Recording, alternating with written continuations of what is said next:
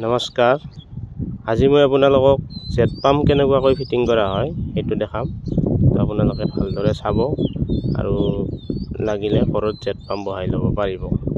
তো এনেকুৱাকৈ আমি প্ৰথম মটৰটো আনিলোঁ, নিপুল আনিলোঁ 1 ইঞ্চি নিপুল, 6 ইঞ্চি নিপুল, তাৰপিছত 6 ইঞ্চি পাইপ আনিলোঁ 3 পিচ। তাৰপিছত মটৰৰ লগত এছেম্বলি আহে, জেট পাম্পটো আহে, গোটেইখিনি বস্তু আহে। তাৰে লগত আমি এতিয়া এছেম্বলিটো চাচি ল'লোঁ। ইয়াৰে জোখে চব 1 ইঞ্চি আছে, ইউনিয়ন আছে, 6 ইঞ্চিৰ ইউনিয়ন আছে, গোটেইবিলাক মাৰি ল'লোঁ ধুনীয়াকৈ।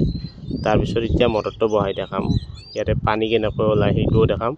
আপোনালোকে ভিডিঅ'টো শেষলৈকে চাই থাকিব। এনেকুৱাকৈ আমি 3 পিচ 6 ইঞ্চিৰ পাইপ আনিছোঁ, GI পাইপ। তাতে আমি হেডটো মাৰিছোঁ। তাৰপিছত 2 পিচ আছে, 2 পিচৰ চকেট দুটা, আমি চকেট 3টা চকেট মেচিনত চাচি আনিছোঁ। এতিয়া আমি চব 22টো লৈ আমি ৰেডি কৰিছোঁ। এতিয়া আমি মটৰৰ 6 ইঞ্চি পাইপটো ভিতৰত সোমাই দিম, সোমাই দি এতিয়া আমি মটৰটো চালু কৰিম। তো এতিয়া আমি এছেম্বলি মাৰিলোঁ, হেড ৰেডি কৰিছোঁ, গোটেইবিলাক ৰেডি কৰিছোঁ। এতিয়া আমি পাইপ সোমাই দিম। তো চাওক এনেকুৱাকৈ পাইপ 1 পিচ সোমাই দিলোঁ। কেনেকুৱাকৈ সোমালোঁ সেইটো দেখাব নোৱাৰিলোঁ কাৰণ কেমেৰা কৰা মানুহ নাই।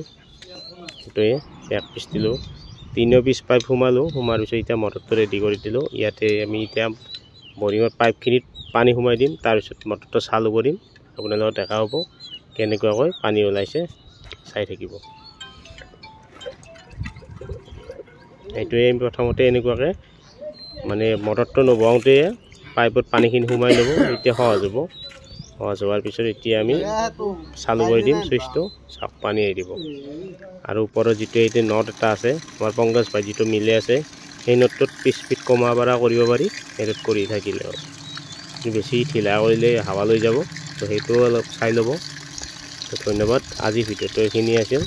Bye bye. Jet pump fitting.